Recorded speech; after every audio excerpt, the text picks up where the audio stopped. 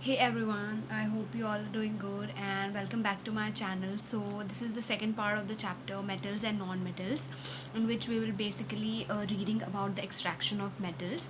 So, let's begin with the video. Also, do not forget to like, share, and subscribe to my channel and smash that bell icon. So, every time when I put a new chemistry tutorial, you get notified. Let's begin. So, let's have a look at the introduction part first. Basically, then we'll move on to the extraction of metals. Earth's crust is major source of metals. तो अर्थ का जो crust होता है, it is basically a major source of metals where large amount of metals are found. Naturally occurring elements or compounds in Earth's crust are called minerals. और जो naturally occurring जो nature में present element और compound है earth crust में, उन्हें हम minerals कहते हैं, which is termed as minerals. Minerals that contain a very high percentage of particular metal and metal can be extracted from it are called ores. और जो minerals होते हैं उनमें अगर एक पर्टिकुलर कंसनट्रेशन में कोई मेटल बहुत ज़्यादा मात्रा में पाया जाता है तो उसे हम क्या कहते हैं, ओर्स. बेसिकली मिनरल्स जो होते हैं दे आर नेचुरली ऑकरिंग, ये नेचर में प्रेजेंट होते हैं, नेचुरली ऑकरिंग कंपाउंड्स. और जो मिनरल्स, इनमें से अगर कोई मिनरल बहुत हाई परसेंटेज में एक पर्टिकुलर मेटल कंटेन कर रहा है और जिससे वो मेटल हम एक्सट्रैक्ट कर सकते हैं तो उसे हम ओर्स कहते हैं. Ores mined from earth are usually contaminated with large amount of impurities such as soil sand called gang. और एक नया टर्म यहाँ पे आया है gang, मतलब कि ores जो होते हैं they are basically contaminated. जो earth में ores होते हैं they are contaminated, यानी कि उसमें कुछ impurities present होती है. For example soil sand, जिसे हम gang कहते हैं, which is gang is basically the impurities present in the ores. So that is the new term which has come here, gang. तो basically for extraction of metals reactivity series को एक बार revise कर लेते हैं. सबसे पहले जो सबसे हाई रिएक्टिव मेटल्स होते हैं, very reactive, they are basically extracted by the process of electrolysis. इनको एक्सट्रैक्ट करने के लिए इलेक्ट्रोलिसिस यूज़ होता है. उसके बाद आते हैं मॉडरेटली रिएक्टिव मेटल्स, जिसे हम रिडक्शन यूजिंग कार्बन के प्रोसेस से एक्सट्रैक्ट करते हैं. और जो बहुत ही लीस्ट रिएक्टिव होते हैं they are found in native state. So these are the three parts in which the reactivity of metals have been divided, and the process are different for each of them. So let's begin with the extracting metals at top of activity series. तो basically जो बहुत ज़्यादा reactive metals है, how do you extract them? Very reactive metals which include potassium, sodium, magnesium. Carbon can not reduce oxides of these highly reactive metals. जो carbon है वो इनको इनके ऑक्साइड्स को रिड्यूस नहीं कर पाता.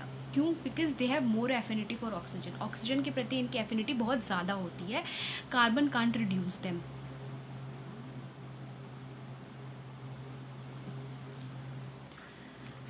तो इलेक्ट्रोलिसिस प्रोसेस यूज़ होता है बेसिकली टू एक्सट्रैक्ट देम. तो कैथोड और एनोड होता है इसमें. कैथोड है, हम किसे कहते हैं, नेगेटिव इलेक्ट्रोड होता है कैथोड, और जो एनोड है वो पॉजिटिव इलेक्ट्रोड है. तो मेटल्स जो है वो कैथोड पे डिपॉजिट होते हैं, और जो क्लोरीन है it is liberated at anode at towards the positive electrode. तो let's have a look at the equation. तो Na plus it accepts an electron to form sodium, और यहाँ पे क्या हो रहा है, एनोड में क्लोरीन लिबरेट हो रहा है. तो वो इक्वेशन मैंने यहाँ पे लिखा हुआ है, 2Cl minus gives Cl2 plus 2 electron. तो बेसिकली कैथोड में ही मेटल्स डिपॉजिट होते हैं in the process of electrolysis. Then comes refining of metals. Metals obtained by reduction process is not very pure. तो हम basically reduction process अगर use कर रहे हैं और जो metals हमें वहाँ पे मिल रहा है that is not at all completely pure. In order to remove impurities, electrolytic refining is used. तो उन्हें और ज़्यादा pure या refine करने के लिए हम एक method यूज़ करते हैं which is called as electrolytic refining, जिसे हम कहते हैं, which we'll discuss now, electrolytic refining. तो इलेक्ट्रोलिटिक रिफाइनिंग का यहाँ पे मैंने सेटअप बनाया हुआ है. Then I will read and explain you one by one. Impure metal is made anode and strip of pure metal is made cathode. तो basically this is the diagrammatic way to explain. तो जो impure metal है वो anode है, which is the positive electrode, and जो pure metal है, strip of pure metal है, वो है क्या, कैथोड. जो यहाँ पे लिखा हुआ है ये जो है कैथोड और ये है एनोड. तो एनोड में क्या है, इम्प्योर मेटल, और कैथोड में क्या है, pure metal. Solution of metal salt is used as an electrolyte. और यहाँ पे मैंने ये जो इलेक्ट्रोलिटिक रिफाइनिंग है कॉपर का, तो इसमें इलेक्ट्रोलाइट कौन सा यूज़ हुआ है, copper sulphate. So you have to take solution of metal salt as an electrolyte. तो what happens is on passing electricity pure metal gets deposited at cathode and impure metal gets dissolved from anode। तो जब electricity यानी कि basically this setup if you pass the electricity from here, तो क्या होता है, जो pure metal है वो cathode में deposit हो जाता है और जो impure metal है it gets dissolved from anode। तो जो प्योर मेटल है वो कैथोड में डिपॉजिट हो जाता है और जो इम्प्योर मेटल है it gets dissolve from anode. impurities from metal gets collected below anode called as anode mud। और बेसिकली यहाँ पे ये जो मैंने लिखा है जो impurities होते हैं जो एनोड में होते हैं वो नीचे जाके जम जाते हैं यहाँ पे which is called as anode mud। in this way the metal can be extracted through electrolytic refining। so that was about electrolytic refining। Then comes the extraction of low reactivity metals जो कि हैं copper, silver, gold. So heating alone reduces oxides of such metals. जो low reactive metals हैं उसके लिए कौन सा process होता है, हीटिंग से ही सिर्फ उनको हम एक्सट्रैक्ट कर सकते हैं। तो ये मर्करी का एग्जाम्पल लिया हुआ है मैंने ऑक्सीजन से and we have heated them. तो HGS का रिएक्शन ऑक्सीजन से and then when you heat them तो ये क्या मर्क्यूरिक ऑक्साइड बना रहा है plus sulphur dioxide gas is liberated. फिर HGO को अगर अगेन हम हीट करेंगे तो सेपरेटली इसके कंस्टिट्यूएंट एलिमेंट में मिल रहा है विच इज़ मर्करी। तो basically heating is the main process here to extract the low reactivity metals. Copper is present as copper sulphide in nature. जो कॉपर है वो CO2S के फॉर्म में पाया जाता है नेचर में। इसे भी हम पहले ऑक्सीजन के प्रेजेंस में हीट करते हैं तो ये कॉपर ऑक्साइड बना रहा है प्लस सल्फर डाइऑक्साइड गैस। और ये CO2O plus CO2 copper sulphide को अगर हम दोबारा ही दोनों को रिएक्ट करवाते हैं then it gives copper plus sulphur dioxide gas. तो बेसिकली low reactive metals में you have to heat them to first form into oxides and then again heat them to give the corresponding metal। Then comes extracting metals in middle of activity series जो कि बहुत ज़्यादा reactive या बहुत ही ज़्यादा reactive या least reactive नहीं होते, they are moderately reactive. So basically इसमें कौन कौन से एग्जाम्पल्स आते हैं, zinc, iron, lead. They are present as sulphides और कार्बोनेट्स। तो ये किस फॉर्म में पाए जाते हैं, basically they are present as sulphides और कार्बोनेट्स। सल्फाइड्स और कार्बोनेट्स को पहले हम हीट करते हैं विच गिव्स द ऑक्साइड। उसके बाद अगर सल्फाइड ओर्स को हम हीट कर रहे हैं और वो ऑक्साइड दे रहा है तो उस प्रोसेस को हम बोलते हैं रोस्टिंग। अगर सल्फाइड ओर्स को, आई एम रिपीटिंग अगेन, अगर सल्फाइड ओर्स को हीट करके हम ऑक्साइड बना रहे हैं तो it is called as roasting. और अगर कार्बोनेट ओर्स को हीट करके हम पहले ऑक्साइड में कन्वर्ट कर रहे हैं तो it is called as calcination. So sulphide ore को अगर हीट कर रहे हैं तो रोस्टिंग और कार्बोनेट ओर्स को हीट कर रहे हैं तो calcination. You can remember it from C from carbonate and C is calcination. So calcination is basically a process in which carbonate ores is heated to give its corresponding oxide. तो roasting ये basically किसके लिए है, sulphide ore के लिए।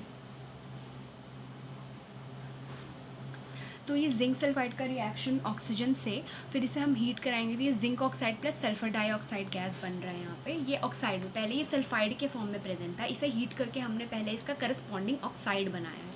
फिर अब हम इसे फिर हम क्या करेंगे, रिड्यूस करेंगे।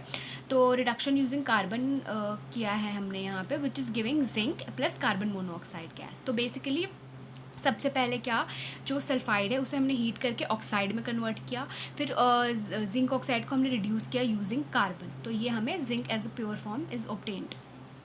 कैल्सिनेशन में क्या होगा, तो जिंक कार्बोनेट है, इसे हीट किया which is in which calcination is the process in which carbonate ore is used. तो इसे हीट करके zinc oxide plus carbon dioxide gas बना। फिर जिंक ऑक्साइड का हमने फिर से रिडक्शन किया तो यहाँ पे जिंक मिल गया हमें। तो basically this was about two main new methods we have read here, which is roasting and calcination. Displacement reaction can also be used. Displacement reactions are highly exothermic in nature. So basically इन्हें extract करने के लिए we can use another method which is displacement reaction. तो बल्कि जो displacement reactions होते हैं वो बहुत ज़्यादा amount में heat produce करते हैं since it's exothermic in nature. I have written here. तो Fe2O3 का रिएक्शन एल्यूमिनियम के साथ, फेरिक ऑक्साइड का रिएक्शन एल्यूमिनियम के साथ, it is giving iron plus aluminium oxide plus heat. तो इस रिएक्शन को हम कहते हैं thermite reaction.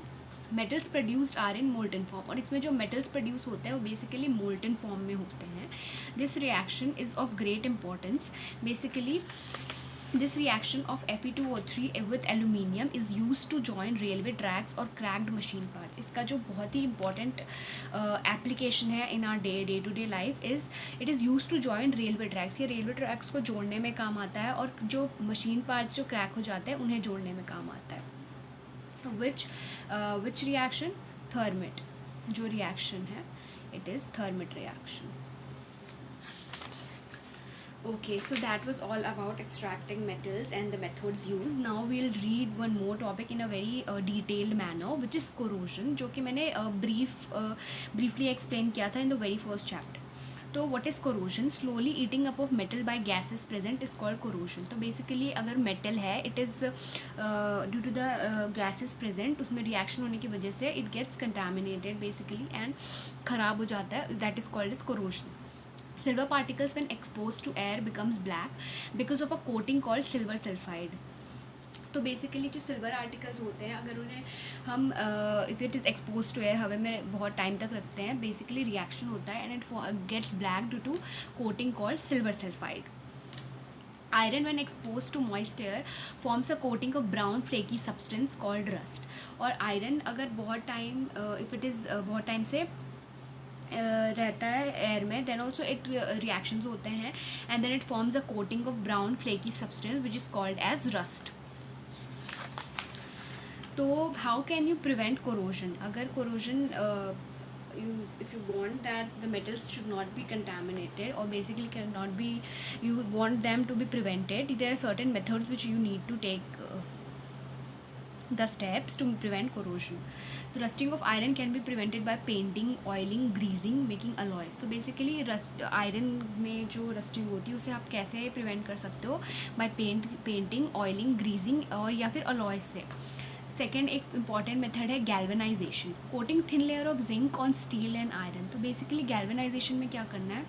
You have to coat steel and iron with a thin layer of zinc. Zinc coating protects from atmosphere the part surface. तो basically अगर आप स्टील और आयरन को जिंक के एक थिन लेयर से कोट कर दोगे तो उसमें रिएक्शन फर्दर नहीं हो पाएगा, it will protect them from the atmosphere.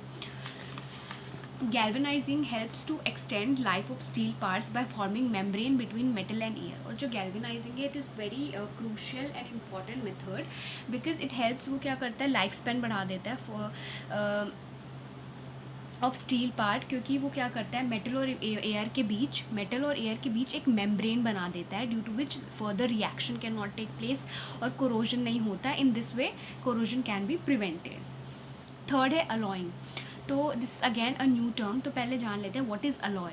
Alloy is homogeneous mixture of two or more metals or metal and a non metal. Basically alloy में क्या होता है, it is a homogeneous mixture of two metals या फिर एक metal और एक non metal. So I have written here two or more metals या फिर एक metal and a non metal.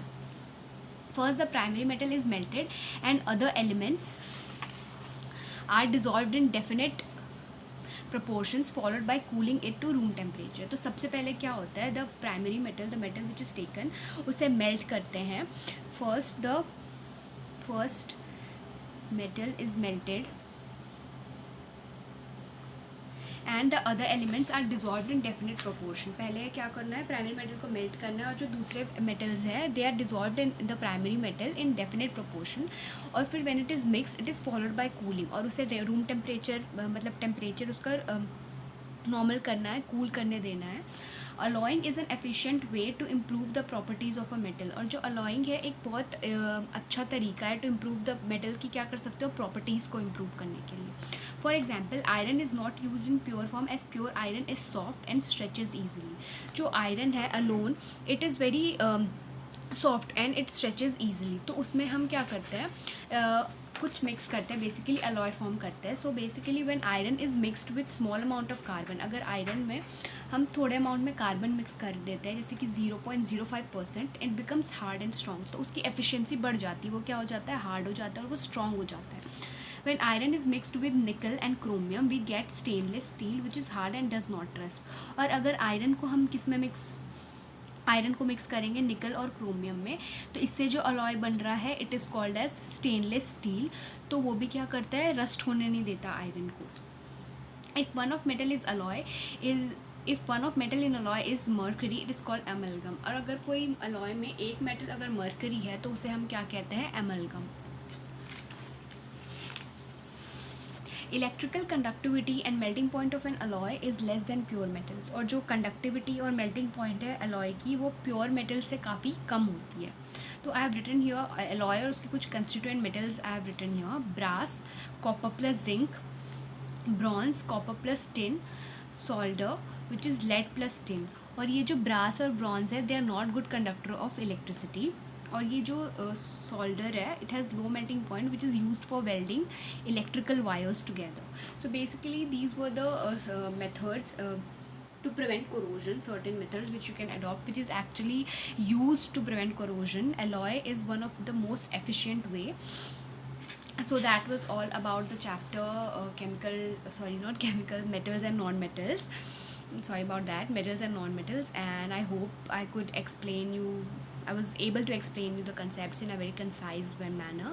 And I hope you like the video, and thank you for watching.